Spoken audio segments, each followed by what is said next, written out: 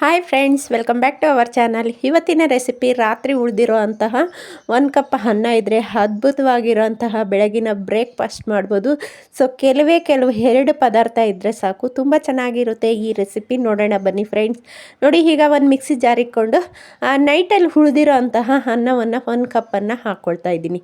ಸ್ವಲ್ಪ ನೀರನ್ನು ಹಾಕ್ಕೊಂಡು ನುಣ್ಣಗೆ ರುಬ್ಕೊಳ್ಳೋಣ. ಎಷ್ಟು ನುಣ್ಣಗಾಗುತ್ತೋ ಅಷ್ಟು ನುಣ್ಣಗೆ ರುಬ್ಕೊಳ್ಳೋಣ. ನೋಡಿ, ಈ ರೀತಿ ನೀರನ್ನು ಸ್ವಲ್ಪ ಹಾಕ್ಕೊಳ್ಳಿ, ಆಮೇಲೆ ನೋಡಿ ಬೇಕಾದರೆ ಹಾಕ್ಕೊಳ್ಬೋದು. ನೀರು ಜಾಸ್ತಿ ಹಾಕಲಿಕ್ಕೆ ಹೋಗಬೇಡಿ. ಈಗ ರುಬ್ಬಿರೋ ಅಂತಹ ಅನ್ನದ ಮಿಶ್ರಣವನ್ನು ನೋಡಿ ಒಂದು ಬೌಲ್ಗೆ ಸೇರಿಸ್ಕೊಳ್ತಾ ಇದ್ದೀನಿ. ಸೊ ನೋಡಿ, ಇಷ್ಟು ಮಾತ್ರ ಗಟ್ಟಿಗೆ ರುಬ್ಕೊಳ್ಳಿ. ಈಗ ಸ್ವಲ್ಪ ನೀರನ್ನು ಹಾಕಿ ಮಿಕ್ಸಿ ಜಾರನ್ನು ತೊಳೆದು ಆ ನೀರನ್ನು ಸೇರಿಸ್ಕೊಳ್ತಾ ಇದ್ದೀನಿ.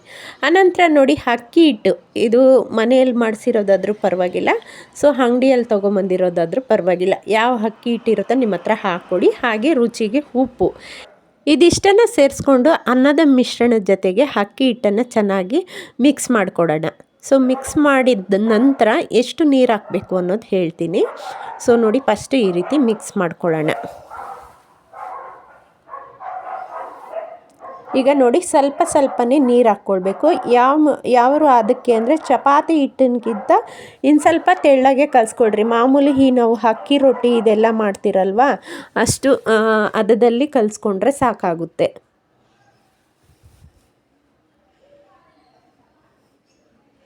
ನೋಡಿ, ಈ ರೀತಿ ಇಷ್ಟೇ. ಮಾಮೂಲಿ ನಾವು ರೊಟ್ಟಿಗಳಿಗೆ ಕಲಿಸ್ತೀವಲ್ವ, ಅಷ್ಟು ಹದದಲ್ಲಿ ಕಲಿಸ್ಕೊಂಡ್ರೆ ಸಾಕಾಗುತ್ತೆ. ನೋಡಿ, ಈ ರೀತಿ ನಮ್ಗೆ ಉಂಡೆ ಕಟ್ಟಿದ್ರೆ ನೋಡಿ ಈ ರೀತಿ ತೆಳ್ಳಗಿರಬೇಕು. ಈ ರೀತಿ ಕಲಸಿದ ನಂತರ ಒಂದು 5 ನಿಮಿಷ ಹಾಗೆ ಬಿಟ್ಬಿಡೋಣ ನೆನಿಲಿಕ್ಕೆ. ನಾವು ಚಟ್ನಿ ಮಾಡೋ ಅಷ್ಟರಲ್ಲಿ ಟೈಮ್ ಬಿಟ್ಟರೆ ಸಾಕಾಗುತ್ತೆ, ಅಷ್ಟಕ್ಕೆ ನೆನೆಯುತ್ತೆ. ನೋಡಿ, ಈಗ ನೆಂದಿದೆ ಇದು ಹಿಟ್ಟು, ಈ ರೀತಿ ಇರಬೇಕು. ಈಗ ಒಂದು ತ್ಯಾವದ ಕೈ ಮಾಡಿಕೊಂಡು ರೊಟ್ಟಿಗೆ ತಗೊತಿರಲ್ವ ಉಂಡೆ, ಅಷ್ಟು ಸೈಜ್ ತೊಗೊಳ್ಳೋಣ. ನೋಡಿ, ಈ ಸೈಜಲ್ಲಿ ಉಂಡೆಯನ್ನು ತಗೊಂಡು ಬಟರ್ ಪೇಪರ್ ಎಲ್ಲ ರೇಷನ್ ಅಂಗಡಿಗಳಲ್ಲೂ ಸಿಗುತ್ತೆ, ಇದು 20 ರೂಪಾಯಿ ಕೊಟ್ಟರೆ. ಸೊ ಈ ಬಟರ್ ಪೇಪರನ್ನು ನಾನು ಈ ರೀತಿ ಕಟ್ ಮಾಡಿ ಇಟ್ಕೊಂಡಿದ್ದೀನಿ. ರೊಟ್ಟಿಗಳಿಗಂತೂ ತುಂಬ ಚೆನ್ನಾಗಿರುತ್ತೆ ಮಾಡ್ಕೊಳ್ಳೋದಕ್ಕೆ. ಈವನ್ ನಮಗೆ ಬಿಗಿನರ್ಸ್ಗೆ ತುಂಬ ಹೆಲ್ಪ್ ಆಗುತ್ತೆ ಈ ರೀತಿ ಬಟರ್ ಪೇಪರಿಂದ ನಾವು ರೊಟ್ಟಿ ಮಾಡೋದ್ರಿಂದ. ಸೊ ನೋಡಿ, ಯಾವ ರೀತಿ ಅಂದರೆ ಈ ರೀತಿ ತೆಳ್ಳಗೆ ನೀರನ್ನು ಕೈ ತ್ಯಾವ ಮಾಡಿಕೊಂಡು, ಸೊ ನೋಡಿ ಈ ರೀತಿ ತಟ್ಕೊಂಡ್ರೆ ಸಾಕಾಗುತ್ತೆ. ನಿಮಗೆ ಇನ್ನೂ ಸ್ವಲ್ಪ ದೊಡ್ಡ ರೊಟ್ಟಿ ಬೇಕಂದರೆ ಇನ್ನು ಸ್ವಲ್ಪ ಅಕ್ಕಿ ಹಿಟ್ಟನ್ನು ಇನ್ನು ಸ್ವಲ್ಪ ದಪ್ಪ ಸೈಜ್ ತೊಗೊಂಡ್ರೆ ದೊಡ್ಡ ರೊಟ್ಟಿ ಮಾಡ್ಕೋಬೋದು. ನಾನಿಲ್ಲಿ ಮೀಡಿಯಮ್ ಸೈಜಾಗೆ ಮಾಡ್ಕೊಳ್ತಾ ಇದ್ದೀನಿ. ಈ ರೊಟ್ಟಿಗೆ ಕಾಯಿ ಚಟ್ನಿನೂ ಚೆನ್ನಾಗಿರುತ್ತೆ, ಯಾವುದಾದ್ರೂ ಗ್ರೇವಿಗಳಿದ್ರೂ ಅದು ಸಹ ಚೆನ್ನಾಗಿರುತ್ತೆ. ನೀವು ಯಾವ್ದು ಬೇಕಾದರೂ ಮಾಡ್ಕೊಳ್ಬೋದು.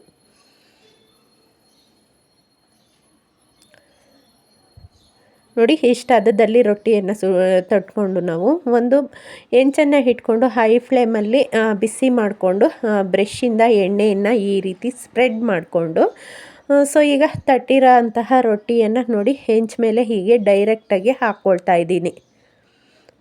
ಈ ರೀತಿ ನೋಡಿ, ಐ ಫ್ಲೇಮಲ್ಲಿ ನಾವು ಸ್ಟವನ್ನು ಇಟ್ಕೊಂಡು ಒಂದು 2 ಸೆಕೆಂಡು ಹಾಗೆ ಬಿಟ್ಬಿಡಬೇಕು.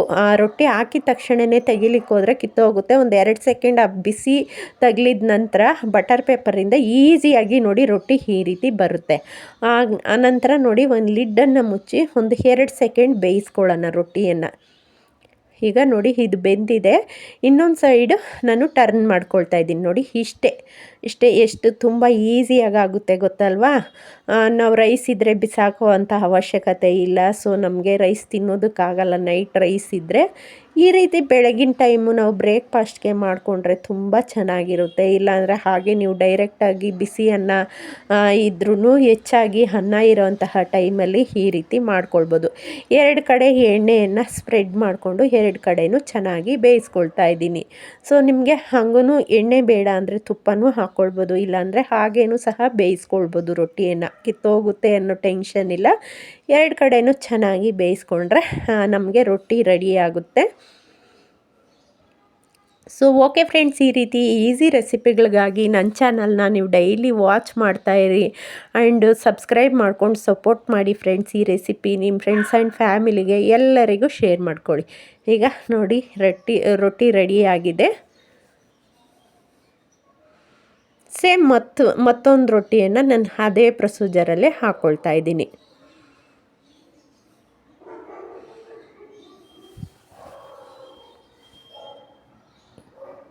ಆ ಹೆಂಚು ಮೇಲೆ ಬಟರ್ ಪೇಪರ್ ಹಾಕಿದ ತಕ್ಷಣವೇ ತೆಗಿಬೇಡಿ, ಮತ್ತೊಮ್ಮೆ ಹೇಳ್ತಾ ಇದ್ದೀನಿ ನೋಡಿ. ಆ ಬಿಸಿ ಜಾಸ್ತಿ ಆಗಿದ ನಂತರ ಆ ಬಟರ್ ಪೇಪರಿಂದ ರೊಟ್ಟಿ ಹಾಗೆ ಹೊರಗಡೆ ಬರುತ್ತೆ.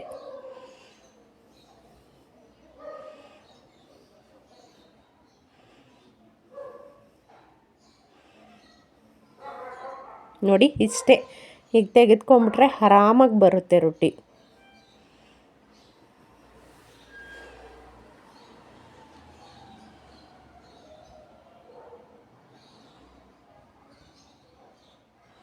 ಮತ್ತು ಅದೇ ರೀತಿ ಲಿಡ್ಡನ್ನು ಮುಚ್ಚಿ ಒಂದು 2 ಸೆಕೆಂಡ್ 2 ಸೈಡನ್ನು ಬೇಯಿಸ್ಕೊಂಡ್ರೆ ರೊಟ್ಟಿ ರೆಡಿಯಾಗುತ್ತೆ.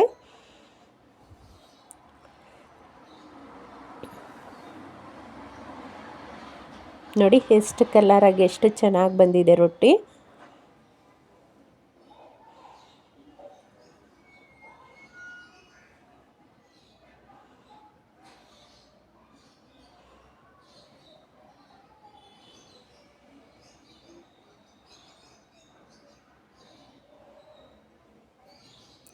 ಈಗ ನೋಡಿ ನಾನು ಮಾಡಿರೋಂತಹ ರೊಟ್ಟಿಗಳನ್ನು ಸರ್ವ್ ಮಾಡಿ ತೋರಿಸ್ತಾ ಇದ್ದೀನಿ. 1 ಕಪ್ ರೈಸು, 1 ಕಪ್ ಅಕ್ಕಿ ಹಿಟ್ಟಿಗೆ ಸುಮಾರು ಒಂದು 4 ರೊಟ್ಟಿ ಆದರೂ ಆಗುತ್ತೆ.